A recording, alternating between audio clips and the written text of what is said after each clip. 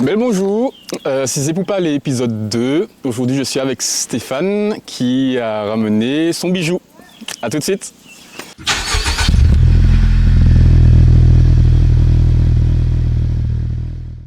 Alors Stéphane, bon déjà qu'est-ce que tu penses du cadre? Bah, écoute, c'est un très beau cadre. Ouais. Je suis agréablement surpris. Il Ok. fait très chaud aujourd'hui, puis on a l'eau derrière, c'est très agréable. Ouais, c'est ça. Il y a un peu de fraîcheur. C'est ça, ouais. Je me suis dit un cadre comme ça, un peu calme dans la nature, ça peut être intéressant. Puis tu rajoutes 2 belles voitures en plus. Mais c'est ça. C'est exactement ça, ouais. Ouais. Que tu as ramené aujourd'hui ton bijou, bon, on va en parler, hein. On va en parler. Donc déjà, dis-nous un peu plus, parle-nous un peu plus de ta passion. Comment tu en es arrivé là, depuis combien de temps, etc. Vas-y, dis-nous tout ce que tu veux nous dire. Bah, écoute, passion automobile, c'est une vieille passion pour moi. Ça a commencé très tôt, en fait, gamin. Et c'est mon oncle qui avait une Matra Baguera, D'accord. fin des années 70. Donc un modèle sportif, 3 places de front devant. Et donc j'avais 6-7 ans. Il m'a invité un jour à rentrer à l'intérieur et j'ai rêvé en fait, parce qu'il y avait un côté un petit peu vaisseau spatial, Ok. coupé sportif, Ouais, 3 places de c'est front, ça. c'était assez exceptionnel. Oui.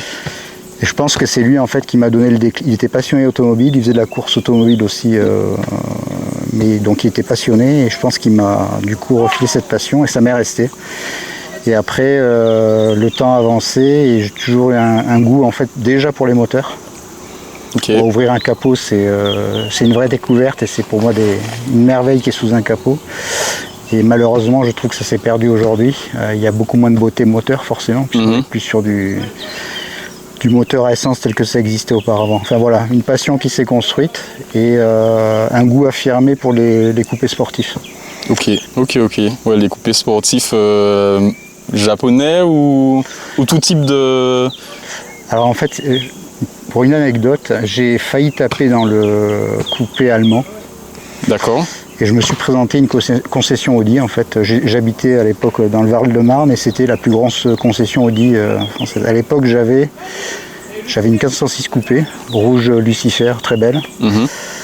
Et en fait, les vendeurs m'ont absolument pas calculé parce que j'étais venu pour acheter, donc j'étais plutôt sur une Audi TT, et j'étais venu pour acheter et m'ont absolument pas calculé. Donc, sur le moment, ça m'a surpris, ça m'a même vexé, donc je suis parti. Et en descendant en vacances chez mes parents, il y avait une 350Z à la concession Nissan à 20 km qui était.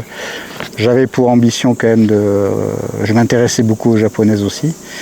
Et finalement, ça m'a conduit à opter pour la Z. Après, la passion pour les japonaises de manière générale, elle est venue après, en faisant des rencontres, en rencontrant des gens comme toi, hein, qui a Honda. Je ne suis pas sectaire, hein, moi toutes les japonaises me conviennent, j'apprécie toutes les autres automobiles, les belles automobiles en fait. Ok. Je ne suis pas sectaire du tout, mais je trouve que les japonaises ont quand même un charme tout particulier. Ouais, elles ont un truc en plus esthétiquement et puis même mécaniquement parlant, je pense. Pourquoi la Z? En fait, je t'ai dit que j'ai une passion pour les moteurs en particulier. Moi, ce qui m'a convaincu dès le départ, c'est d'avoir un gros moteur, 6 cylindres, accessible, hein, puisque c'était a priori les grosses cylindrées les plus accessibles à l'époque. Ouais. Je l'ai acheté autour de 30 ans. C'est une première main, donc elle a 18 ans aujourd'hui. Ah. Ça montre que j'ai gardé cette passion. Et voilà, c'était un gros moteur, bien positionné, esthétique, le vrai moteur. Et le coup de foot, ça a été quand j'ai tourné la clé dans le Neyman. Et là, le vendeur m'a regardé, il était sûr que j'allais repartir avec. Parfait. Et je suis reparti avec. Tu es reparti avec. D'accord. Mais alors, avant de mettre la clé dans cette voiture-là, tu as mis la clé dans quoi? Dans quel type de véhicule? Alors, en beau véhicule, j'avais une 406 coupé avant. C'est un modèle que j'avais racheté, 2 litres par contre, c'était un 4 cylindres. C'est un modèle que j'avais racheté à mon père et j'en étais très sensible à l'esthétique. J'étais amoureux de la forme aussi, je trouve qu'elle avait une forme exceptionnelle. D'accord. Malheureusement, petite motorisation, même si ça tournait sérieusement. Et Mes premières voitures, j'ai une Polo 3 portes, je ne sais plus quel modèle, quelle génération, modèle qui vendait fin des années 90. Ok. Très bonne voiture, excellente voiture. Et avant, en début, j'ai eu une Super 5. D'accord. Renault. D'accord. La voiture pour commencer, qui était bien, mais on ne peut pas considérer que c'est non plus une grande réussite esthétique. C'était plus pour le côté pratique. D'accord. Beaucoup de jeunes. Ouais. Voilà, donc après la Z, que j'ai gardée en voiture unique finalement pendant jusqu'à l'année dernière. J'ai pas eu d'autres voitures. J'ai une profession qui fait que j'ai un véhicule de service, donc d'accord. j'avais pas besoin d'avoir un daily au quotidien. Ouais, je comprends. Et récemment, j'ai fait l'acquisition d'une Lexus, une petite Lexus, pour rouler au quotidien, économique et se faire plaisir aussi, mais un autre plaisir en fait, plus dans le confort et pas dans la motorisation. D'accord. Voilà. En fait, le fait d'avoir les deux véhicules, tu sens que tu as plus de plaisir maintenant à conduire la Z ou pas du tout, le fait de casser un peu En fait, c'est un plaisir totalement différent et que j'essaie un peu de préserver. C'est-à-dire qu'une Z, il ne faut pas la conduire tous les jours. D'accord. Moi, je pense qu'il faut rester un peu dans l'exceptionnel. Donc, j'ai une voiture confort, toute automatique. Et une Z, c'est une vraie conduite. Il faut la sortir du garage, faire attention parce qu'on ne voit rien en fait. Ouais. Donc il y a toute une attention particulière à avoir. Il faut faire attention sur la route, c'est bas, donc il y a toute une attention à avoir derrière, il faut être concentré. Et moi je l'utilise en fait exclusivement le week-end. Je roule. Il faut rouler aussi avec une voiture, il ne faut pas la laisser. Voilà, donc il y a un plaisir avec une voiture sportive, plutôt le week-end, et puis on va dire le courant, ou pour aller faire les courses, ou pour faire une course qui ne nécessite pas d'avoir un véhicule sportif, voilà, un daily qui convient parfaitement. Ouais. Et c'est vraiment deux plaisirs distincts. Il y a le confort total et puis l'usage sportif qui est particulier. D'accord. Donc il n'y a pas vraiment de préférence, en fait, ça dépend de ce que tu veux à l'instant T. Si tu veux du confort, ben, tu prends tel ou tel. Ah, il y a une petite préférence. Si on me demandait de choisir, il est évident que je choisirais la Z.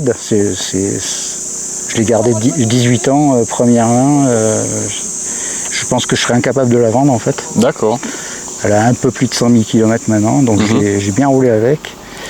Je renie pas ma deuxième voiture, mais c'est un plaisir totalement différent, mais plus simple. Voilà. À rouler, c'est plus simple, et ça nécessite moins d'attention. Et puis, c'est pas du tout la même chose. Ah, c'est pas la même chose. Hein. Non. Ouais. D'accord. Donc deux voitures permet de mixer les plaisirs. Moi, j'aime bien le confort au quotidien, et j'aime bien aussi la sportivité de manière plus exceptionnelle. Ouais. Voilà. Ok, je comprends. C'est vrai que j'ai eu l'occasion de couper un peu et de ne pas rouler cette voiture-là tous les jours, et j'ai ressenti une sorte de manque. Je ne sais pas si ça t'arrive aussi. Tu ressens au bout de quelques jours, tu ressens un manque, et quand tu reprends en fait le volant, alors je ne sais pas pour toi, mais pour moi en tout cas, c'est comme si c'était une toute nouvelle expérience, tu vois, parce que ça m'avait manqué, et pas forcément le fait de rouler plus ou moins vite, mais juste de conduire cette voiture-là, la conduire normalement, tu vois, d'entendre le son particulier, de démarrer. Moi, je me rappelle, j'étais parti un jour en vacances, et en revenant, j'ai redémarré mon véhicule 2 semaines après. C'était mon premier plaisir dans la voiture. Je partage tout à fait ton opinion. C'est en fait, il faut attendre que l'envie irrépressible revienne, d'où l'intérêt de l'utiliser plus rarement en fait. Parce que quand on la prend, c'est un plaisir immense. Rouler avec tous les jours, ce serait éventuellement possible, mais on n'en dégagerait pas le même plaisir. Exactement. Je laisse bien apparaître aussi cette envie de manque. Il m'arrivait de la prendre à 23h le soir, une pulsion. Une pulsion en disant tiens, j'ai envie de rouler avec. D'accord. Donc je suis parti à 23h alors que après un film, alors que j'avais pas l'intention de la prendre. J'ai une pulsion. Ok. Ouais, je comprends totalement. En fait, tu as ce manque qui est créé, parce que quand tu roules le véhicule très souvent, tu n'as pas de manque, puisqu'il est là, tu le roules souvent. Mais quand tu as ce manque-là, c'est un pur plaisir. Toi, tu dis 23h, mais c'est ça en fait. Tu prends ton véhicule parfois, enfin en ce qui me concerne, parfois pour rien, juste parce que tu as envie de C'est l'appel à la liberté. Ouais, exactement. Il faut laisser faire l'envie. Et c'est valable pour tout. Je pense que c'est pas propre à un domaine particulier. Je pense que c'est pour tout. Hein. À partir du moment où on est attaché à quelque chose et qu'on laisse cette chose de côté pendant un certain temps, il y a ce plaisir un peu indescriptible qu'on ressent quand on reprend je sais pas, peu importe la passion en fait, hein, mais je sais pas si la passion c'est de dessiner, si on arrête pendant un bon moment et qu'on reprend, il y a quelque chose comme si quelque chose qui renaît, tu vois. Et tout à fait d'accord. Ouais. C'est tout à fait cette vision-là. Alors, ça peut s'appliquer en effet à d'autres domaines. Hein. Dans le domaine du sport et autres, on peut pendant un certain nombre de mois laisser de côté un peu quelques activités sportives et y reprendre très rapidement goût parce qu'on a vu un match à la télé ou exactement, se dire tiens mince j'ai perdu ce plaisir-là, je vais repartir dessus. Exactement ça, ouais. Ok, ouais, je comprends. Et en gros t'as pas eu cette passion pour l'automobile, c'est vraiment quelqu'un qui te l'a transmise en fait. C'est à tes 6 ans, tu as dit, on t'a fait monter dans la voiture, on a ouvert le capot, tu as vu le moteur, okay, donc c'est comme ça. Parce qu'il y a certains, je sais pas, c'est le fait d'avoir vu des films, tu vois, par exemple, ou des jeux vidéo, des choses comme ça. Mais donc toi, c'est vraiment quelqu'un qui, quand tu es monté dans la voiture, t'as tout de suite ressenti quelque chose Je pense que ça a été l'effet déclencheur, mais je pense qu'on est fait pour l'automobile en fait. Il doit y avoir quelque chose d'inné. D'accord. On est attiré. Je trouve qu'on est attiré naturellement. Alors oui, il y a tout le contexte aussi cinématographique, les jeux vidéo, les salons automobiles qui permettent de faire rêver un peu. Quand on est gamin, forcément on a les yeux très, très ouverts là-dessus. Ouais. Il y a tout un contexte en fait.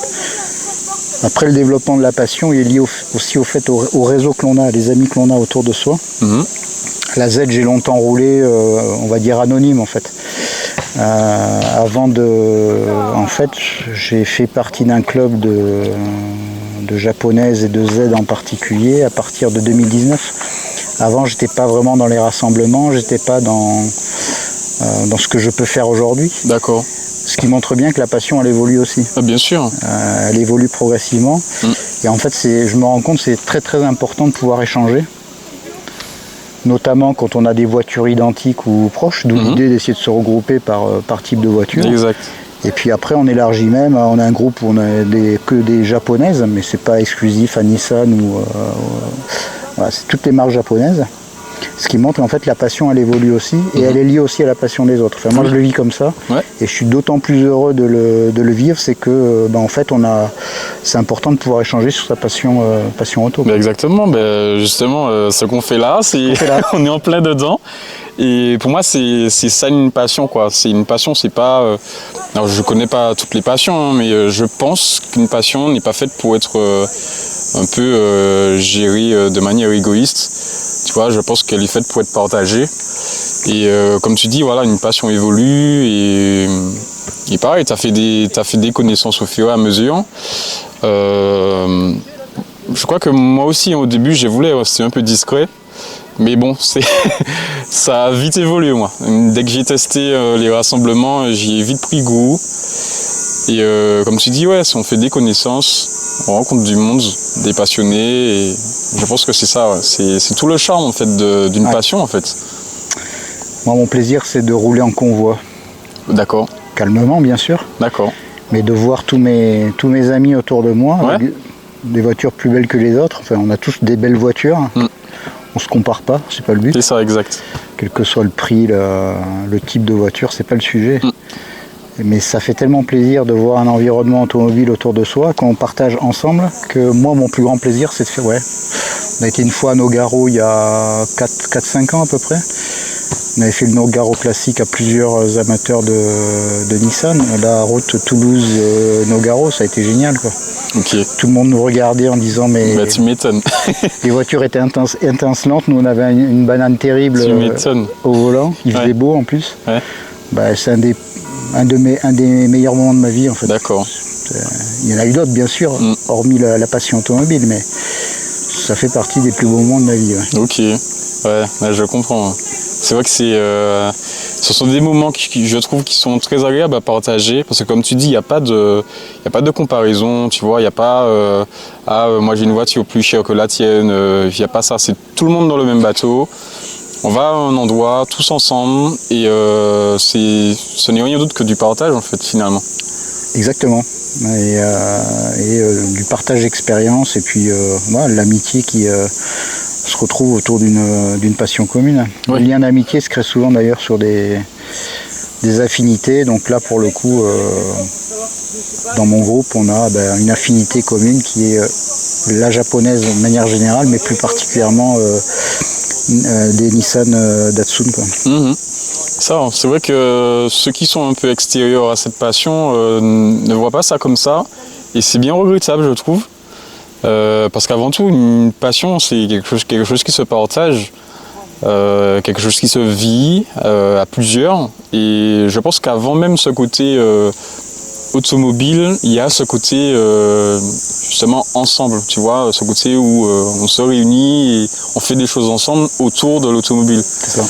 Et plutôt que de voir tout de suite, alors là je parle de ceux qui n'ont pas cette passion-là, voir le côté voiture, bruit, vitesse, etc. Je pense qu'avant même tout ça, il y a le côté agréable de vivre cette passion-là, créer des amitiés, etc., connaître du monde. Et je trouve que c'est ça qui rend la passion, cette passion-là belle en fait. Il y a un double but, hein, c'est de continuer à partager une amitié. L'amitié, c'est de la fidélité aussi, donc oui. Les vrais amis, ils sont fidèles, ils continuent. Oui.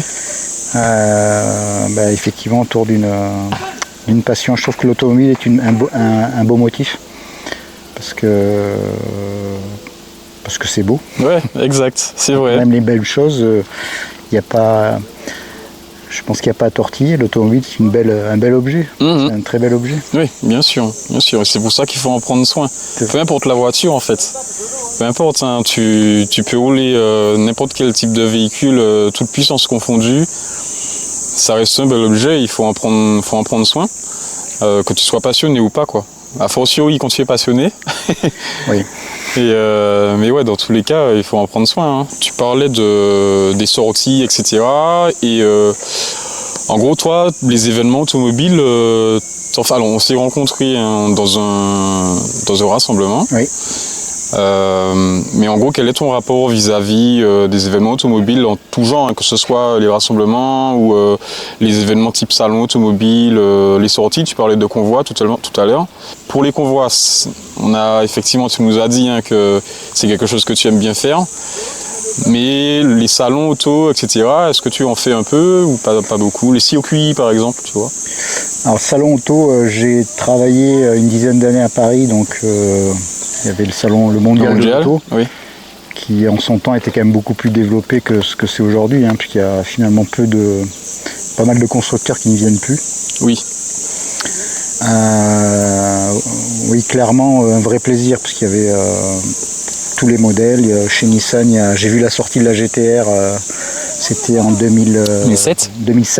Waouh. J'ai vu la première version de la GTR, qui est un peu vieillie maintenant. Ouais. Mais, ça devait être quelque chose, hein, à l'époque. C'était au salon de Paris, elle était grise, exposée, top. donc Okay. Vraiment top. Voilà, le salon automobile. Après, sur les rassemblements, moi ça me détend. C'est-à-dire que généralement le but c'est de passer un moment de détente en pensant à autre chose qu'au travail ou aux contraintes du quotidien. Exact. C'est de voir de la belle automobile. Ouais. J'ai quand même sélectionné les rassemblements que je fais en fonction de ce que l'on peut voir. Hein. Je vais toujours au karting de Muret, je trouve qu'il y a quand même de beaux modèles. D'accord. Et je vais à Blagnac aussi essentiellement. Là, je pense que c'est le summum dans la région de la diversité et puis de très beaux modèles qu'on arrive à voir, tant anciens que récents. Oui. Et voilà, pas plus. Je ne suis pas du tout intéressé par les rassemblements type rupteur ou autre. C'est pas du tout mon truc. D'accord. Moi, tu en parlais tout à l'heure, mais massacrer une voiture, c'est absolument pas mon truc. Bon, tu vois, la voiture, elle a 18 ans. Je l'ai utilisée, mais elle a été entretenue. Moi, c'est le principe du respect de l'objet aussi. Oui. Et j'aime bien les rassemblements où les objets sont respectés. Voilà, D'accord. c'est pas n'importe quoi. Et il y a une bonne entente. Et du coup, l'occasion de revoir les amis aussi. Voilà. Ok. Donc tu saisis vraiment l'opportunité, l'occasion du rassemblement pour échanger en toute convivialité, voilà, dans une certaine entente mutuelle et le respect de l'automobile aussi. C'est ça. Ouais, ok, ouais, je comprends totalement. Par contre, les circuits, c'est pas, tu n'en fais pas avec ton véhicule Alors j'ai jamais fait de circuit avec la Z. Ok. J'aurais pu le faire. Je pense que en fait j'ai pas eu l'occasion. D'accord. J'ai pas eu vraiment l'occasion. Je me vois mal le faire seul. Donc il faudrait faut le faire en groupe. Ouais, c'est mieux. Dans la mesure du possible, le faire avec un groupe et en même temps. Oui. Si possible pas avec d'autres personnes pour se faire plaisir. D'accord. En fait pourquoi pas, mais en fait j'ai jamais eu vraiment l'opportunité. Ouais. Je ne l'ai pas créé non plus, j'aurais pu créer l'opportunité. Ok. Sur le circuit, je suis plutôt sur du karting en fait. J'aime bien. Ah, ok. T'en fais un peu. Donc ça m'arrive régulièrement d'en faire. Ouais. Pour le plaisir, d'accord. en faire 1 ou 2 heures, voilà, ça peut être sympa. Formule 1, j'ai jamais vu de Grand Prix. Encore une fois, pour des questions d'opportunité, j'aurais pu. Ouais. Barcelone n'est pas loin, par exemple, c'est un très beau Grand Prix. Le Paul Ricard n'est pas très loin non plus. Mais voilà, j'ai encore du temps, donc j'exclus pas de pouvoir le faire. Non, très bien. De toute façon, tu fais des sorties automobiles, tu parlais de convois, tu fais des rassemblements, 2 en particulier. En dehors de la France, tu essayes d'aller à d'autres grands rassemblements, dans l'Occitanie par exemple Alors on l'a fait, on avait fait un rassemblement à Agen une fois avec un des clubs sur lequel je suis, là je t'expliquerai après, quand on fera le tour de la voiture. J'ai été au circuit de Haute-Saintonge, c'est au-dessus de Bordeaux. Il y avait à l'époque, ça n'existe plus maintenant apparemment, ça s'appelait le Shukai. C'est un rassemblement de voitures japonaises. Oui, ça me dit quelque chose. Ouais. Très important en volume, puis vraiment toutes les japonaises. Donc là on avait fait un beau convoi aussi depuis Toulouse. Après je pense pas avoir été plus loin en fait. Il y a pas mal de très beaux rassemblements en région parisienne, mais il faut y aller. Ouais, ça fait un bout. Hein. Ça fait un bout, ouais. C'est un budget parce qu'il y a l'autoroute, ça consomme quand même un petit peu. Hein. Ça fait, sur l'autoroute, il faut compter une dizaine de litres. Bon, après c'est la passion, hein, donc il ne faut pas regarder. Mais ça. Sur un aller-retour qui fait 1600 ou 1700 km, bon, c'est quand même un budget. Et puis ça rajoute du kilomètre à la voiture, donc je suis pas très fanat pour aller très loin en fait. D'accord, ouais, je comprends. Ouais. Donc c'est plutôt dans le secteur et ça te va très bien comme ça, quoi. On va dire Grand Sud-Ouest, c'est ce qu'on a fait jusqu'à présent avec le groupe. Et je pense qu'on a aussi quand même une région qui est quand même bien dotée en termes de possibilités de circuits ou de balade. On n'est pas loin des Pyrénées, donc je pense que ça c'est l'idéal. J'ai déjà fait de la montagne avec. Ah bien, c'est les routes sinueuses là. Compter de la montagne noire dans les routes sinueuses, okay. C'est fait pour ça en fait. Ok, voilà. Donc c'est un plaisir. Ouais. C'est là où tu peux relancer, tu peux en ligne droite sur du plat, très vite aux vitesses limitées, donc ça va très vite. Enfin, c'est pareil pour ta voiture. En montagne en fait on peut vraiment lancer. Tu as vraiment un plaisir intense et sur la durée. Quoi. Exact. Tu gênes personne en général. Voilà. Il faut y aller à des horaires où il n'y a pas grand monde et puis on gêne personne. On peut se permettre d'appuyer un peu, en toute sécurité bien sûr, mais voilà. Je pense qu'on est bien doté pour le coup dans la région. Il n'y a pas besoin d'aller chercher très loin. C'est vrai. S'il y avait un trip à faire, j'ai toujours en général respecté les limitations de vitesse, mais j'aimerais bien aller en Allemagne, ne serait-ce que pour prendre vraiment la vitesse en toute légalité. Ah oui, les routes sans limitation. Les autoroutes sans limitation, hein, bon, elles sont pas toutes les autoroutes allemandes. Hein, c'est ça. Il faut faire attention aussi parce qu'elles n'ont pas la même qualité que les autoroutes françaises, donc il faut savoir sur quelle portion on roule.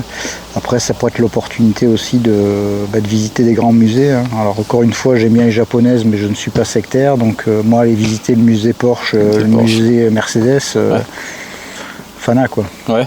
Ouais, Ok. clairement, ouais. Donc dans mes projets futurs, il faut arriver à s'organiser parce qu'il faut au moins, je pense, une semaine pour se faire plaisir, le temps d'aller en Allemagne en voiture et puis se faire une petite tournée quand même. Il faut l'organiser, donc ça me plairait bien. Ouais. D'accord. Ouais, donc convoi, rassemblement, et t'as des projets de bouger un peu et d'aller visiter des musées, etc. Très fanat pour le musée automobile. T'as fait celui de Monaco ou pas? J'ai pas eu la chance de pouvoir le faire. Ok. Mais encore une fois, je te rejoins, il faudrait que ce soit une possibilité à faire. Il y a le temps de le faire. Ouais, bien sûr. Donc beau projet. Encore une fois, je voudrais c'est être dans une logique collective, ne pas y aller à deux. Dans l'idéal, y aller en groupe de 7 ou 8. Ouais. Je pense qu'on prend d'autant plus de plaisir à rouler et puis à visiter. Après, le voyage de mes rêves, c'est beaucoup plus loin. Okay. C'est d'aller au Japon. Ah oui. Je ne l'ai toujours pas fait. Je ne sais pas si tu as eu l'occasion de le faire. Moi, je ne l'ai jamais fait. Ah non, pas moi. Je suis vraiment très attiré par la culture japonaise du respect. C'est valable pour l'automobile. Hein. Je sais pas si tu vois, quand un véhicule rentre dans une concession ou un garage automobile japonais, c'est tout un cérémonial, mais surtout le respect du véhicule en fait. Tu es sûr que tu ressors, t'as pas un coup, il n'a pas été ébréché. C'est moins vrai en France malheureusement. Faut savoir à qui on laisse son véhicule. Ouais. Moi j'ai mon mécanicien attitré. D'accord. Mais il n'y a pas d'autres personnes qui touchent le véhicule. Voilà. Donc le Japon, je reviens au Japon. Une culture japonaise. Alors il faut en prendre moi l'aspect qui m'intéresse, c'est le respect. Voilà, de manière générale, le respect. C'est un très beau pays sur le plan des paysages. Et puis je considère que le Japon est toujours le grand pays de l'automobile avec également les États-Unis et l'Europe. Mais il y a vraiment un savoir-faire japonais qui est exceptionnel. Ouais. Je connais quelqu'un qui y est allé et il m'a effectivement parlé de la discipline, du respect, de la propreté. C'est vrai que c'est peut-être un art là-bas, ou je sais pas, un mode de vie plutôt. Je trouve ça très fort en fait. Mentalement en fait, je trouve ça très fort de rester en fait se donner une conduite que tu respectes. Et une conduite qui est valable je ne sais pas si c'est valable dans tous les domaines chez eux, mais en tout cas dans beaucoup de domaines. Les relations sociales, les sports mécaniques, le sport mécanique. Je trouve que c'est une bonne expérience de vie que d'aller là-bas, tu vois, et de goûter un peu à ça. Ouais, je suis d'accord. Il y a une belle valeur chez eux, c'est le fait de se mettre en avant et d'une grande impolitesse. Quand je dis se mettre en avant, c'est volontairement, c'est-à-dire d'être prétentieux, de passer devant quelqu'un, devant une file, dans une file, c'est inadmissible. Bon, malheureusement, on le rencontre très souvent en France. Hein. Oui. Rien que ça, voilà. Il ne faut pas tomber dans l'extrême non plus, parce que le trop grand respect, la société japonaise est quand même un peu trop verrouillée aussi. Ça peut créer des effets aussi à côté. Donc, moi, je pense qu'on a beaucoup de points à s'inspirer. Il faut garder aussi sa propre culture. Je pense qu'en fait les solutions valables elles naissent dans le compromis. Moi je pense qu'il y a de très belles choses à prendre au Japon, pas tout. Comme le Japon pourrait prendre quelques points nous concernant. Voilà. Et puis autre point intéressant au Japon, c'est l'architecture. Ne serait-ce que voir Tokyo, je crois que c'est la plus grande métropole du monde. 20 millions d'habitants je crois, sauf erreur de ma part. Avec une architecture très particulière, des petites rues, des tout petits habitats, les fameux jardins japonais qu'on connaît tous, et la mer, un pays essentiellement tourné vers la mer. Quoi. Voilà. Donc j'espère que j'aurai l'occasion un jour d'y aller. En tout cas, c'est un de mes projets. Je te le souhaite. Hein. Ouais. Surtout que en tant que propriétaire de japonaise, je pense que c'est une expérience qu'on a envie de vivre. Aller vraiment là où elles sont nées. Exactement. Moi aussi ça me plaît beaucoup. Hein, dès que je vois des vidéos automobiles au Japon, je sens que c'est une autre atmosphère en fait. Tu vois, c'est dans les rassemblements, les gens arrivent calmement. Enfin, tu sens que c'est vraiment ordonné, tu vois. Et c'est quelque chose que j'aimerais vraiment vivre, aller et baigner dedans. Et pareil, mon pote là qui m'en a parlé, il m'a dit que c'est réellement ça, hein, ce qu'on voit dans les vidéos, discipline, etc. C'est ça. Là-bas, ils prennent le métro. J'étais surpris. Ils prennent le métro, ils se mettent, ils font la queue pour entrer dans le métro, pour sortir. Personne qui passe devant. Et c'est fou, hein.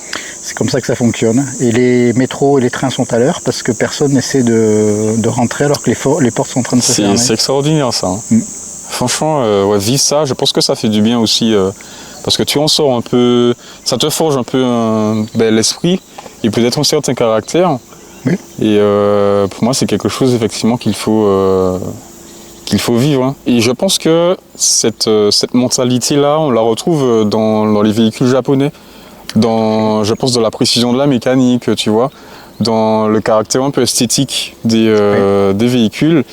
Pareil, c'est des choses qu'on voit aussi hein, dans les vidéos. J'ai vu une vidéo, en fait, quand tu vas faire de l'essence, il y a un pompiste et le pompiste tire la pompe qui est accrochée. Qui arrive du ciel. Voilà. Il te sert. Et quand c'est terminé, il te salue, quoi. Il te salue, et puis il y a une marque de... T'as oublié l'étape de la trappe, où il ferme la trappe à essence, il essuie avec un chiffon. Ah oui, exact. Faut pas qu'il y ait une goutte d'essence à côté. Exact. Et parfois même, ils ont des gants blancs pour servir l'essence. Mais c'est fou, ça. Hein. C'est un art de vivre, ouais. C'est être dans un cocon de sérénité et de bien-être en fait. Ouais, c'est ça. La douceur et c'est un vrai art de vivre en fait. C'est ça, exact. Ah ouais. Tu parlais tout à l'heure de... Tu as dit que tu es un mécanicien attitré. Oui. En gros, quel est ton... Alors, je suppose que si tu es un mécanicien attitré, c'est que pour toi, la mécanique, on ne joue pas avec, on ne donne pas à n'importe qui. Toi, il faut que ce soit vraiment un connaisseur. Tu fais parfois les choses toi-même ou pas du tout. Tu donnes tout vraiment à ton mécanicien. Quelle est ton approche par rapport à ça ? En fait, quand je fais les choses, il faut que j'ai les moyens de le faire et d'être équipé. D'accord. Je vis en ville, j'ai des garages, mais j'ai pas la place en fait pour. Okay. Donc il y a des opérations que je saurais parfaitement faire moi-même, mais je suis pas équipé, j'ai pas la place, j'ai pas de pont. Ça c'est un rêve aussi futur, hein, c'est de vivre un peu plus en dehors de la ville et d'avoir un garage adapté, un pont, pouvoir surveiller aussi la voiture, ce qui se passe dessous, parce qu'on n'a pas forcément l'occasion de le faire. Donc après je suis pas mécanicien donc je ne saurais pas faire dans le détail, purger des freins ou autre, j'aurais peur. C'est délicat. Ça s'apprend. À la limite prendre des cours de mécanique oui. Il faudrait que j'apprenne vraiment pour éviter de faire des bêtises. Voilà. Après mécanicien attitré oui parce que en fait le savoir-faire chez Nissan, dans les garages Nissan c'est beaucoup perdu. C'était pas le cas au départ quand j'ai acheté la voiture, je l'ai acheté à Tarbes, à la concession auto à Tarbes et le chef mécanicien était un ancien des garages présidentiels. Donc il avait notamment bossé sur des très beaux modèles, les modèles SM rallongés de chez Capron là, qui étaient réalisés, il y en avait 2 qui avaient été faites pour Georges Pompidou. Donc il avait une vraie passion de l'automobile et c'est lui. Il était chef de garage, mais c'est lui en général qui faisait l'entretien sur les aides. Donc totale confiance, je l'ai récupéré, il n'y avait pas une rayure, tout allait bien. Il connaissait parfaitement la voiture, son fils en avait une en plus. Donc, voilà. Et puis lui est parti à la retraite et le savoir-faire s'est rapidement perdu jusqu'au jour où je suis allé à ce garage-là. J'ai vu que le réceptionnaire était très embêté et en fait il ne savait pas ce qu'il fallait faire dessus. Donc je lui ai expliqué ce qu'il fallait faire. Il devait avoir 60 000 km je pense.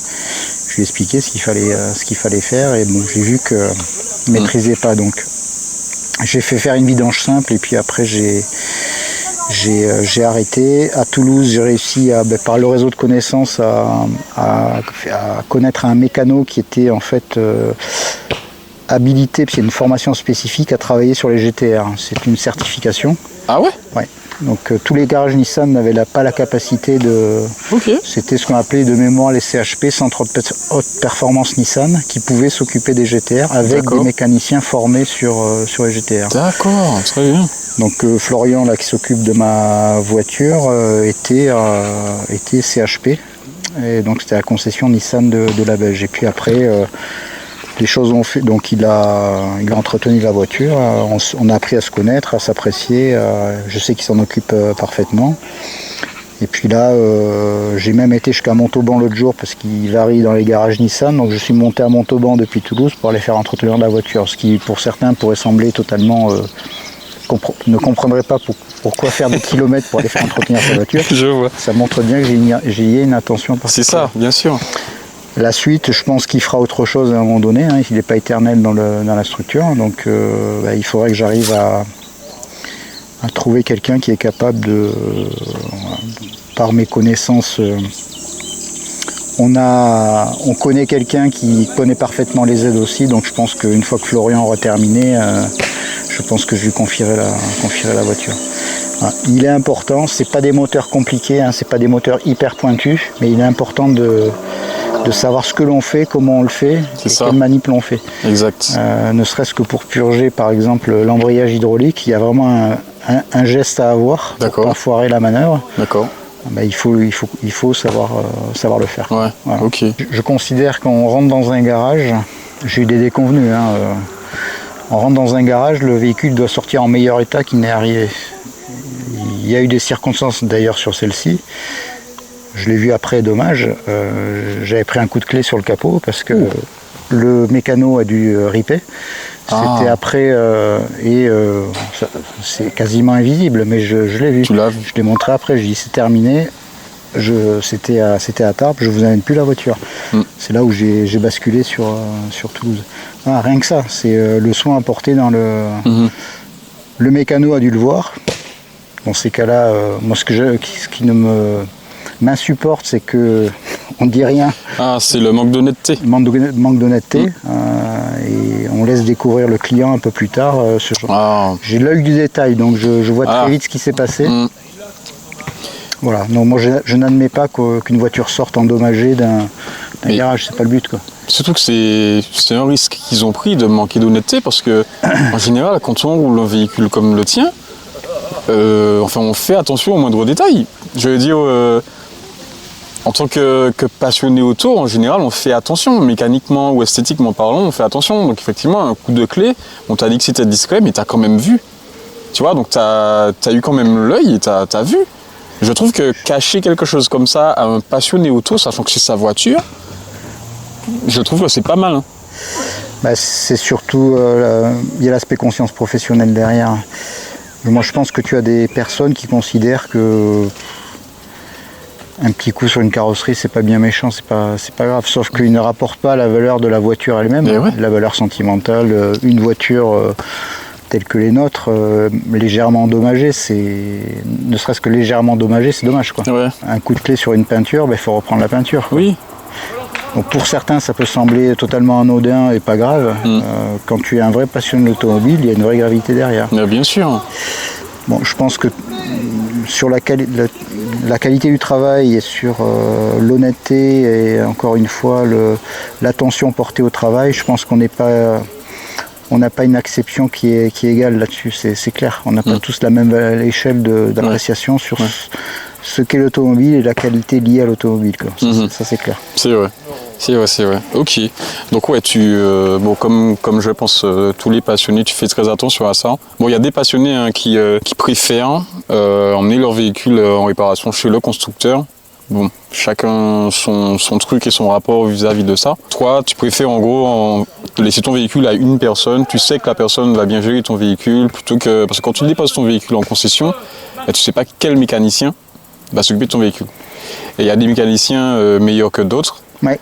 Et pour peu que tu tombes sur le mauvais mécanicien, ça pique quoi. Mais la méthode c'est de prendre rendez-vous 3 mois avant. Moi je prends rendez-vous 3 mois avant, je dis je veux Florian. Ah ouais. Et on calibre l'entretien en fonction de son jour de présence. Ok. Ah oui, donc tu désignes vraiment... Ah oui, je dis je veux tel mécano, donc il regarde le planning, en effet il est là. Ok. Et si j'arrive le matin qu'on me dit bah, il est malade ou autre, je repars. Oui. Ça m'est jamais arrivé et je leur dirais bah, il n'y a pas de problème, je reviens. Bah, c'est normal, c'est pas pour rien que tu précises. Hein. Si tu précises, c'est comme les gens qui vont chez le coiffeur, ils ont leur coiffeur attitré, ils savent que ce coiffeur-là ou cette coiffeuse-là a fait du bon travail. C'est tout à fait normal et ça devrait être compréhensible par les autres. Ça n'a jamais posé aucun problème. Hein. Ouais. Ok. Donc on a toujours fait comme ça. Ça les arrange en plus de planifier. Ah oui. De planifier à distance, donc aucun problème. Et je suis sûr que la voiture est en de bonnes mains. J'ai fait tous mes entretiens chez Nissan. Mais tu fais des entretiens chez Nissan. Avec une main d'œuvre choisie, quoi. Voilà. D'accord, avec une main d'œuvre choisie. Mais il arrivera un moment où ça sera plus possible parce que la compétence sera définitivement partie des garages Nissan. Là, je suis moi le mécano, hein, comme je te disais, quelle que soit la concession de Nissan dans laquelle il est. Mais demain, il pourra faire autre chose et donc je me retrouvais le bec dans l'eau. Bon, c'est pas grave. Hein. J'ai une collection de cachets Nissan sur la voiture. Ça fait longtemps qu'elle est plus sous garantie. Voilà. Okay. Un vrai passionné comprendra mon choix à un moment donné d'aller éventuellement vers un petit garage spécialisé. Bien sûr.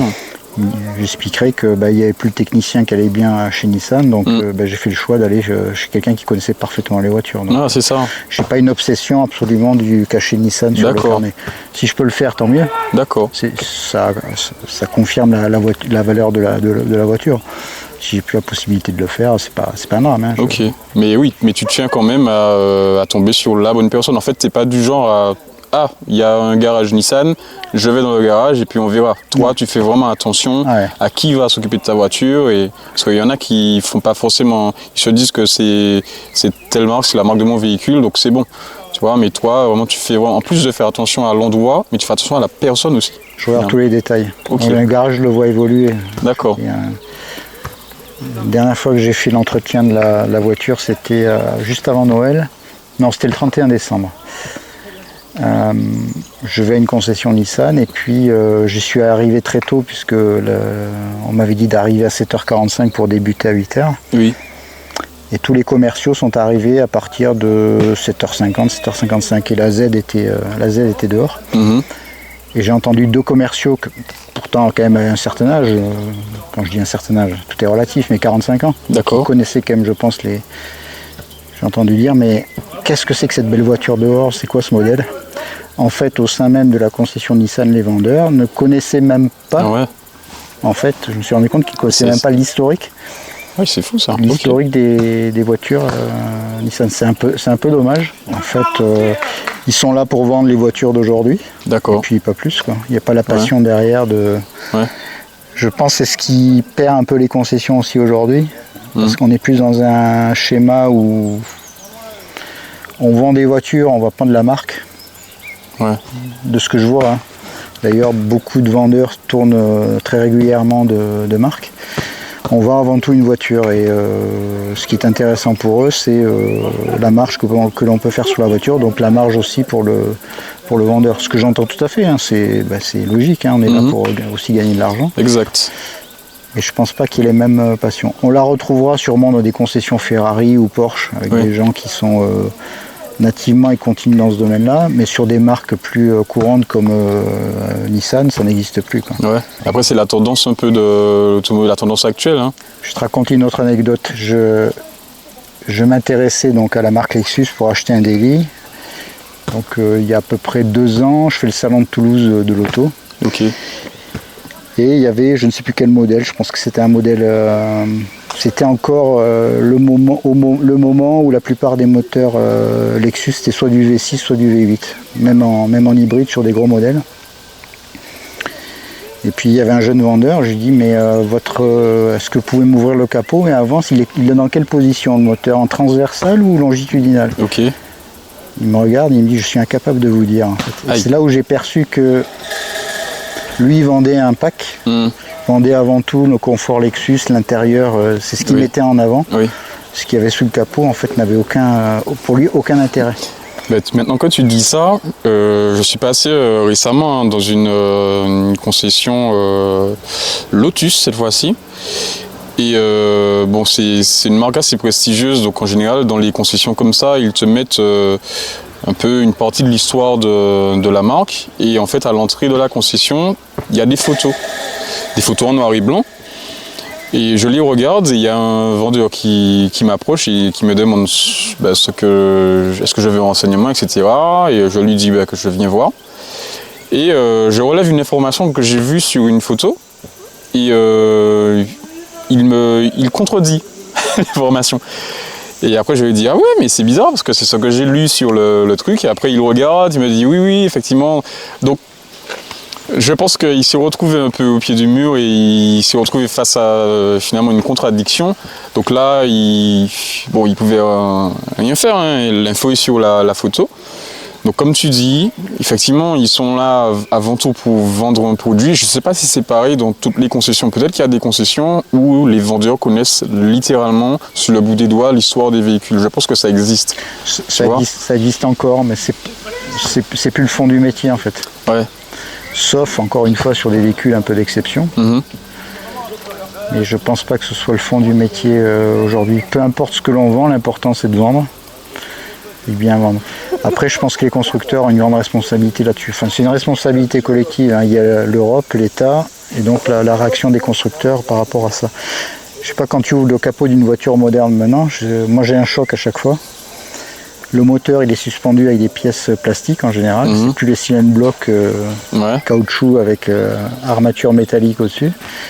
C'est plus du tout ça. C'est plus ça. Ouais. J'ai été à un rassemblement à Muret récemment et un gars avait une M3 en format break. J'ai plus une M3 compétition donc en format break. Ah oui donc c'est la toute dernière. Alors. Toute dernière. Ouais.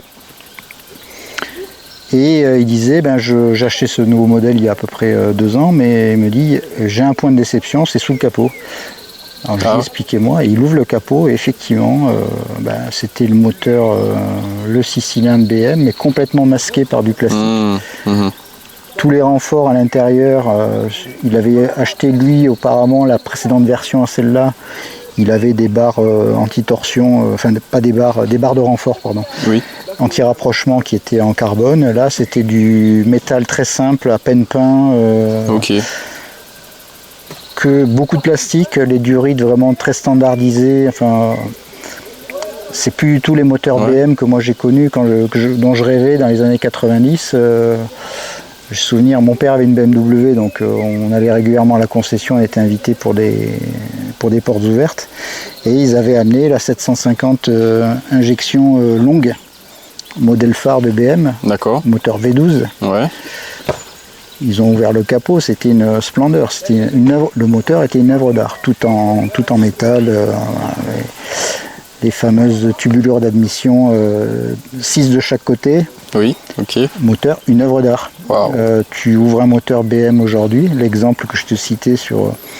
En fait, il n'y a plus aucun plaisir à ouvrir un capot. C'était vraiment très très neutre et on sentait vraiment la standardisation parce que les gens sont beaucoup moins attentifs en fait à ce qu'il y a sous le capot. C'est pas ça qui compte, c'est la sensation. Ouais, c'est ça. Le reste. Alors je disais responsabilité de l'Europe, de l'État, tout simplement parce que on tue le vrai moteur essence. On passe à du modèle hybride, on passe à du modèle électrique. Et c'est vrai qu'il n'y a plus aucun intérêt finalement à avoir... tu as des moteurs maintenant, mon Lexus, c'est 1,5 litre, c'est une 3 cylindres, aidé par une assistance électrique. Okay. Le moteur n'est pas vilain, mais je ne vais pas ouvrir le capot pour la mettre en valeur. Je vais montrer l'intérieur. Okay. Donc voilà. Il y a une responsabilité qui fait qu'on aboutit à un résultat où je pense qu'on a pour des raisons environnementales, je l'admets tout à fait, je comprends, mais on a complètement tué le beau moteur aujourd'hui. Et ça se répercute du coup sur les vendeurs qui... Oui. C'est pas ça le plus important aujourd'hui. Non. En fait, ils donnent les infos, je pense, de base, les premières infos, je sais pas, la puissance du véhicule, la consommation, les couleurs des sièges, des choses comme ça. T'as certains effectivement qui connaissent le véhicule sur le bout des doigts et t'en as d'autres qui ne connaissent pas. Moi je trouve ça dommage parce que je pense que quand tu vends un produit, il faut connaître le produit, tu vois. C'est pas tout de connaître, de savoir combien de couleurs qu'il y a, la taille des jantes, etc. Il faut vraiment connaître. Après, je demande pas à connaître tout l'historique, tu vois. C'est pas facile. Il y a un vendeur, il vend plusieurs types de véhicules. C'est peut-être pas possible de tout connaître. Mais je pense qu'il y a un minimum. Et il suffit pas juste de me présenter le bon de commande à signer. Après, il y en a qui sont pas du tout comme ça. Voilà, je fais pas de généralité. Il y a des exceptions. Il y a des gens qui connaissent, des vendeurs qui connaissent très bien. Il y en a d'autres qui connaissent pas beaucoup. Et ouais, je trouve ça un peu regrettable. Après, ils s'adaptent en fonction des attentes aussi des clients. Hein, oui, c'est vrai. Sur le moteur de la voiture récente que j'ai achetée, c'est moi qui ai posé des questions sur le moteur, parce que pour le vendeur, il le savait. Par contre, il avait réponse aux questions. Ah, bien. Mais il n'avait aucun intérêt commercialement à le présenter dès le départ, quoi. Sinon à mettre en avant le système hybride, l'économie, mais dans le détail du moteur, turbo ou pas turbo, voilà, aucun intérêt. C'est moi qui suis rentré dans le détail après pour comprendre. D'accord. Voilà. Et justement, en parlant d'hybridation et de cette tendance-là que prend l'automobile, quelle est ta position par rapport à ça, alors tu as dit que tu comprends du point de vue environnemental, mais du point de vue personnel, comment tu vois la chose parce que toi qui as un véhicule d'exception qui n'est pas du tout électrifié, comment tu te positionnes? En fait, moi je suis très cohérent, je pense être très cohérent en fait. Je culpabilisais à rouler avec cette voiture en ville en me disant c'est pas bien parce que il faudrait quand même essayer d'éviter de le faire. Et autant que possible. En fait, je pense que j'en suis dans le vrai. J'ai la chance d'avoir une voiture d'exception, de l'avoir achetée dans le temps. Aujourd'hui, ça ne se trouve plus. Même un modèle comme le tien, pour trouver un modèle équivalent aujourd'hui, c'est très compliqué, quoi. Je pense être cohérent parce que celle-ci, je roule relativement peu, mais vraiment pour me faire plaisir. D'accord. Ce que je te disais tout à l'heure, c'est le plaisir de la rouler. Oui. Je roulerai avec quotidien, ça n'aurait aucun intérêt. Là, j'ai trouvé la bonne solution. Le fait d'avoir une hybride, quand tu es en ville, tu es à l'électrique, et je trouve ça très bien en fait. D'accord. Je pollue pas un centre-ville qui est déjà suffisamment pollué. Je suis content de voir une consommation autour de 4 litres, plutôt 4 litres que 10 litres et demi pour celle-là en moyenne en roulant doucement, quoi. En ville, c'est à combien? Sur celle-là, c'est du 15 litres facile, minimum. Ouais, donc quand tu passes à 4, ça fait une grande différence quand même. Voilà, puis ça n'a aucun intérêt à rouler ça en ville. D'accord. Ce que je dis, c'est que j'ai mon plaisir. Oui. Donc, je m'estime cohérent dans ma démarche, ou pour rouler couramment, pour aller faire des courses, pour aller me promener, aller voir mes parents dans les Pyrénées. Si j'ai pas envie d'utiliser la Nissan, je vais rouler plus écolo et c'est très bien. Okay. C'est très bien. Par contre, j'apprécie qu'on m'a laissé le choix de le faire. On m'aurait interdit de rouler avec celle-ci. Ouais. Dans notre sujet. Je pense que je suis assez grand en fait pour. Exact. Je suis assez grand en fait pour décider qu'est-ce qui est le plus raisonnable et le plus en conformité avec forcément des valeurs environnementales qu'on doit partager. C'est notre avenir, de toute façon. Oui. Pour autant, j'aurais apprécié qu'on me laisse la possibilité de pouvoir continuer à acheter des modèles d'exception, ce qui n'est plus le cas aujourd'hui. Ouais. Celle-ci, il y a eu la 370Z après, et puis il y a eu ce qu'on appelle la 400Z, mais en fait c'est la Z tout court, c'est la RZ34 exactement. Donc c'est la dernière version de la Z qui n'est pas importée en Europe. Okay. Il doit y avoir une exception Monaco peut-être et Andorre, mais c'est tout. D'accord. Pour des raisons environnementales. En fait, tu peux l'importer, mais ça te coûterait quasiment 200 000 € pour une voiture qui ne vaut absolument pas ce prix. Ça vaut aux États-Unis, ça vaut à tout casser 45 000 $. D'accord. Donc 40 000 €. Ah, c'est fou ça. Comment ils font payer, comme s'ils punissent les gens finalement. En fait, pour moi, c'est une punition parce qu'on ne fait pas confiance en fait on ne fait pas confiance aux vrais passionnés automobiles. C'est une privation de droit. Moi, j'estime que je ne comprends pas pourquoi aux États-Unis on peut rouler comme on l'entend. Ils sont peut-être pas la même, mais au moins on ne les interdit pas pour des raisons tarifaires ou d'homologation. on ne leur interdit pas d'acheter certains modèles, quoi. Ouais, d'accord. Au Japon, pareil, la Z nouvelle version est parfaitement en vente, ça pose aucune difficulté, alors que c'est un pays, les gens sont raisonnables, c'est un pays qui est très, très tourné vers l'écologie, quoi. Ouais, ok. Et les gens ont ces modèles-là, et à côté, une petite voiture pour rouler en ville, les fameuses Skycar, ça ne les empêche pas d'avoir ces modèles-là aussi pour rouler. Donc en résumé, j'admets mal qu'on m'oblige à finalement m'orienter sur un type de voiture, alors que je pense être suffisamment grand pour savoir faire mes choix. Ok. Et aussi respecter la planète, quoi. Ouais, tu as soulevé un point important, effectivement, c'est le choix. C'est ne pas obliger les gens. En fait, dire aux gens, voilà ce qu'il y a, à vous de choisir. Comme tu dis, vous êtes assez grand pour choisir. Et l'autre point que tu as soulevé, c'est ce côté, finalement, les conditions dans lesquelles tu roules la voiture. Comme tu as parlé de la ville. Effectivement, en ville, c'est peut-être plus... Alors, je n'ai jamais roulé, mais c'est peut-être plus agréable de rouler un véhicule électrique en ville parce que les conditions s'y prêtent davantage. Comme tu te dis, 4 litres au 100, bon, t'es au feu, t'es dans des embouteillages. C'est un certain confort que tu n'as pas forcément avec des véhicules comme les nôtres.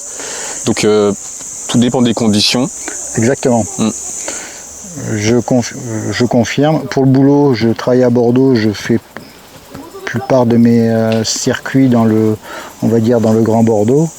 J'ai demandé à avoir un véhicule électrique. Et c'est super confortable parce que Bordeaux est très embouteillé. Et qu'en fait, c'est très facile à gérer, y compris dans les embouteillages. Okay. Hybride, pareil, c'est forcément des modèles automatiques. C'est très très confortable à rouler, y compris dans les embouteillages. C'est quasiment un vrai bonheur, quoi, parce que tu n'as pas à passer la vitesse, à embrayer. Ce genre de voiture a du mal à... Ouais. C'est pas fait pour ça. Ouais, bien sûr. C'est pas fait pour ça. Bien sûr. C'est absolument pas fait pour ça. Donc, non. Sans aucun doute, ça c'est absolument pas fait pour rouler en ville. J'ai flingué un embrayage d'ailleurs. Ah ouais. Pour, à mon avis, avoir fait trop d'huile. Alors flingué, pas véritablement, mais il devenait quand même assez rugueux à la pédale. D'accord. Le mécano m'a dit, c'est parce que voilà, je roulais plus avec avant, c'était mon seul modèle. Il m'a dit, vous avez... c'est les conditions de circulation en ville qui ont fait que votre embrayage a une usure prématurée. Voilà. Ok, ouais, d'accord. Dommage. Donc finalement, les véhicules électrifiés, de ton point de vue, sont quand même des solutions, en ville notamment. Il ne faut pas que ce soit la solution exclusive. C'est ça. Quand je fais j'ai des responsabilités, et quand je fais des plus longs trajets en France, le pool auto duquel je relève me donne un véhicule thermique grande routière, quoi. Voilà. Par contre, en véhicule attribué en permanence, le véhicule électrique est parfaitement adapté. Enfin, je préfère largement ça qu'une voiture essence. Les grandes berlines qui me sont données, elles ne sont pas en automatique. Alors, ça va très bien sur l'autoroute ou un petit peu de ville, mais après ça devient vite agaçant, quoi. Ouais, ok. Donc je n'ai aucune contre-indication contre l'électrique, je dis simplement qu'il ne faut surtout pas mettre les œufs dans le même panier, au risque de créer d'autres problèmes écologiques. C'est ça. Ouais. Qui à mon avis n'ont pas été suffisamment réfléchis par nos dirigeants. Exact. Ok. Et tu parlais tout à l'heure de l'employé dans la concession qui a regardé ta voiture et qui ne savait pas ce que c'était. Est-ce que tu as déjà croisé, ou plutôt, quel est le regard des gens par rapport à ton véhicule, sachant qu'on ne voit pas ton véhicule tous les jours. Bon, il y a déjà lui qui ne savait pas ce que c'était, mais est-ce que le regard des gens est un peu intrigué quand ils voient ton véhicule? Comment ils se comportent quand ils voient ta voiture? Alors au départ, quand je l'ai eu, les gens avaient tendance à la confondre avec une Porsche. D'accord. Ce qui est assez valorisant. Ok. Ça arrivait souvent, j'entendais, elle était sur le parking d'une aire d'autoroute, je cherchais le terme. Souvent les gens disaient, ah tiens, elle est sympa cette Porsche. Alors elle est grise, donc du coup le gris c'est plutôt couleur des Allemandes, donc je pense que ça confortait la confusion. Ok. Bon après, gentiment, j'allais leur dire non, c'est pas une Porsche. On n'y est pas du tout. Elle est très très jolie, on n'avait jamais vu. Donc voilà. en général, les gens sont plutôt attirés. Ça m'est arrivé tout à l'heure en arrivant, je me suis garé, avant d'arriver ici, je me suis garé 2 minutes. Et il y a un des habitants qui m'a dit oh, super coupé, qu'est-ce que c'est? Donc il a regardé derrière, il dit ah oui, Nissan, ils font de très beaux modèles. Et puis je lui dis mais elle a 18 ans la voiture, c'est vraiment un modèle qui... Il me dit ah bon ah bon. Donc en fait oui, ça ne passe pas inaperçu dans le paysage, mais c'est assez méconnu. Okay. Il faudrait, s'il n'y avait pas l'emblème Nissan sur le capot à l'arrière, en fait, ça existe, hein, on peut éventuellement enlever ou mettre Z tout simplement. Les gens seraient particulièrement perdus. Il n'y a que les vrais connaisseurs qui identifient. Voilà. Moi j'aime bien les petits coups d'appel de phare quand on se croise entre japonaises ou autres. Okay. Moi, je le fais, je trouve ça sympa. Ouais, pareil. Et des fois j'en fais, mais alors pas forcément entre japonaises, tu vois, mais dès que tu croises quelqu'un qui roule une voiture atypique, tu te dis bon ben c'est une passionnée ou un passionné, tu fais des appels de phare, mais moi ça m'est déjà arrivé, ils me répondent pas, Donc je sais pas trop pourquoi, après il y a plusieurs raisons, tu vois. Mais je me dis c'est bizarre ça, tu roules, alors je prends un exemple, hein, tu roules une Mégane RS, tu as vu que je t'ai fait des appels de phare, mais tu réponds pas. Après chacun son truc, peut-être que c'est pas son truc non plus de me répondre, j'en sais rien. Bon, après on n'est pas forcément, ça peut arriver aussi, hein, moi ça m'est arrivé j'ai réagi trop tard en fait. Quelqu'un m'a fait des appels de phare, j'ai réagi trop tard, j'ai pas eu le temps, donc c'est vrai. Ça peut arriver aussi. Ouais, bien sûr. En fait, oui, après en effet, tu as des personnes, je pense, qui sont totalement transparents, s'en fichent complètement. J'ai une méconnaissance, il a une Z34, donc une 370Z Nismo V2, donc la version de 2015. Il connaissait pas du tout les véhicules sportifs Nissan. C'est en fait en roulant sur le périph' toulousain, la rocade toulousaine, qu'il en a aperçu une blanche. Ça lui a attiré l'œil. Il a regardé, il a pris une photo du modèle. Il dit c'est ça que je veux, quoi. D'accord. En fait, il a découvert les modèles Z de Nissan. Comme ça, de cette façon. Et il dit maintenant on se voit régulièrement sur des rassemblements. C'est un passionné complet de japonaises et de Z en particulier, quoi. Bon, lui il a commencé fort, hein, il a tapé Nismo tout de suite. Ouais, c'est ça. C'est ça. Ok. Et avant ça, il connaissait pas. Mais au niveau de l'automobile, il connaissait quelques trucs ou pas du tout? Il aimait l'automobile, mais il n'avait pas eu l'occasion, en tout cas, de s'intéresser vraiment au modèle sportif de chez Nissan, quoi. Il connaissait. D'accord.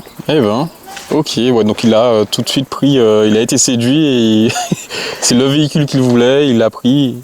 Après, il m'arrive d'avoir des pouces en bord de route, quoi. Ça arrive.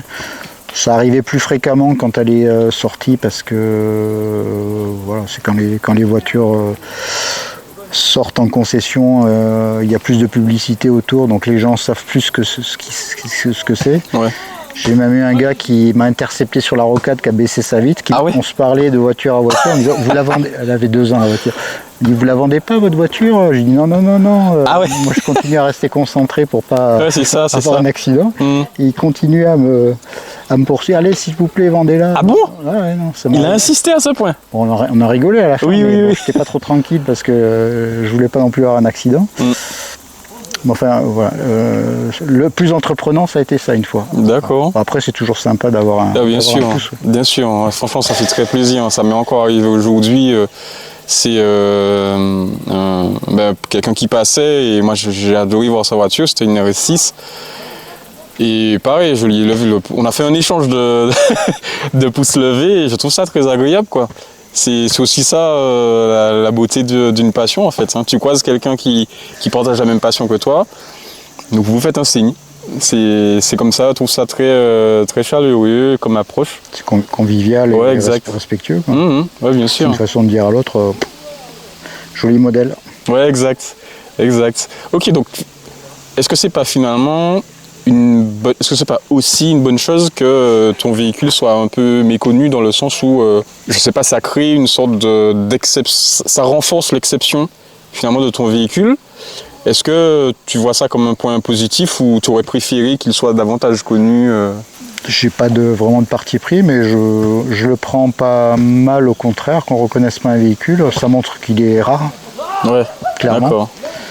Qu'en général il attire l'œil, donc on ne sait pas ce que c'est, mais il attire quand même l'œil. De se dire qu'il y a quand même une ligne assez intemporelle parce que quand ça attire l'œil et qu'on ne sait pas ce que c'est, ça veut dire que on lui mettrait un logo Honda ou Mitsubishi dessus, ça serait finalement potentiellement la même chose, quoi. Ouais. C'est simplement la ligne qui est observée. Ouais, c'est ça. Et c'est pas forcément la marque qu'il y a derrière. Donc non, je trouve que c'est bien. Après, il y a vraiment de vrais connaisseurs, y compris dans les plus jeunes. Tu le vois dans les possesseurs de ce genre de modèle. C'est pas donné en occasion, hein. Ça a pris de la valeur, ça en avait perdu beaucoup, ça a repris de la valeur. Ça a repris, ouais. En fait, il y a beaucoup de jeunes de 20 ans qui essaient d'acheter ce genre de voiture. Ah ouais. Je trouve ça sympa parce que quand tu leur dis mais comment tu as eu connaissance, qu'est-ce qui t'a attiré dans cette voiture, première réponse c'est la ligne. Après, en général c'est les jeux vidéo, hein, quand ils ont joué sur gamins, hein, à 6-7 ans, quand ils ont joué sur tel et tel truc, ils ont mémorisé la Z. Et ça montre bien que c'est une voiture cool, quoi. Si les jeunes la choisissent, ça veut dire qu'il y a de la gueule et que je trouve ça flatteur, quoi. Exact. Et dans le groupe, notre groupe Nissan Datsun, il y a tous les âges en fait, hein. Moi j'ai 50 ans, il y a du 23 ans, ça va jusqu'à un peu plus que moi, 55, quoi. C'est une passion partagée et intergénérationnelle, ouais. Je trouve ça sympa. Ouais, vraiment. Et les vrais passionnés, il y en a même 20 ans. Alors, j'ai oublié, il y a un gars qui a une 377 qui a 20 ans et il connaît tous les modèles. C'est-à-dire qu'il est vraiment passionné par ça et il est capable de te faire l'historique des sportifs de chez Nissan, quoi. C'est cool. Et ouais, c'est cool, hein, vraiment, hein. Vraiment. Mais justement, en parlant de modèles, je sais qu'il y a eu pas mal de phases dans ton véhicule, oui. Pas mal de générations. Tu pourras, je sais que tu connais très bien, donc tu pourras très bien en parler parce que moi, tu m'avais expliqué une fois, hein, mais il y a tellement en fait que je sais que les différences se voient par exemple au niveau des phares. Mais de toute façon, on va approcher ton véhicule, tu pourras mieux expliquer. Parce qu'en termes de génération, il y a pas mal, il y en a beaucoup, hein, je trouve. Il y a beaucoup de déclinaisons, de versions, je trouve, de Z. Si on doit résumer on va parler de la Z33 pour qualifier la 350Z. D'accord. C'est la même chose, mais on va dire l'appellation officielle japonaise en fait. Il y a eu 3 phases, donc 3 phases différentes. La première, c'est un moteur, c'est facile à se souvenir, c'est une augmentation progressive de puissance, donc c'est un moteur de 280 chevaux, donc un V6 3,5 litres. Phase 2, 300 chevaux, le même moteur avec quelques ajustements internes. Elle a gagné dans l'affaire 500 tours minute. C'est-à-dire que la phase 1 fait 6500, la phase 2 7000 et la phase 3, donc c'est ce modèle-ci, le dernier modèle, ça tape sur les 7500 tours minute en zone rouge en fait. D'accord. C'est la différence essentielle, c'est le moteur. Sur la phase 1, donc moteur un peu basique, le rev-up sur la 300 chevaux, c'est surtout le système de calage variable qui a été modifié, qui permet à la voiture de prendre plus de tours, donc plus de puissance. Ouais. Et celle-ci a un haut moteur qui est complètement changé, dont le système de calage variable aussi qui est nouveau. C'est un moteur qui a, par rapport à la phase 1, qui a 70% de pièces différentes par rapport à la phase 1. Enfin, ah ouais, quand même. On va dire que c'est exactement la même cylindrée, c'est la même structure, architecture, sauf qu'il y a beaucoup de pièces d'environnement en fait, qui ont été totalement modifiées. On le verra tout à l'heure, on ouvrira le capot. Tu as par exemple une double admission. Ce qui change forcément l'architecture de la boîte à air et tout ce qui va avec. Voilà. Et je l'expliquerai après plus en détail donc 3 phases. On est allé sur ces 3 phases, s'il fallait montrer un peu vers quel mouvement on a été. On a été en fait sur une augmentation qualitative. Les premières, c'était plutôt sur un standard intérieur plutôt États-Unis, c'est-à-dire qualité intérieure qui était quand même assez faible, sans pour autant être catastrophique, c'est pas le sujet. Et la phase 2 et la phase 3 ont été sur un niveau qualitatif de plus en plus élevé, avec quelques adaptations, notamment sur l'évolution des technologies. Donc celle-ci a un écran GPS, ce qui n'était pas le cas par exemple des premières phases 1 qui n'en avaient pas tout simplement. D'accord. Aujourd'hui c'est plus l'écran GPS c'est plus un problème parce qu'en fait il est plus du tout au goût du jour. Ah. Certains cherchent à trouver, pouvoir l'enlever et mettre éventuellement un autre système, mais voilà. Après pour le reste, ça tient essentiellement à la carrosserie. Les pare-chocs sont différents, à l'avant sont différents, Ok. phase 2, phase 3 par rapport à la phase 1. Les phares. Ok, les fameux phares, ouais. Les fameux phares. Donc l'intérieur, j'en ai parlé, qui est différent, notamment toutes les contreportes et la console centrale. Et le dernier point majeur, c'est le moteur, encore une fois, qui a évolué, quoi. D'accord. Voilà.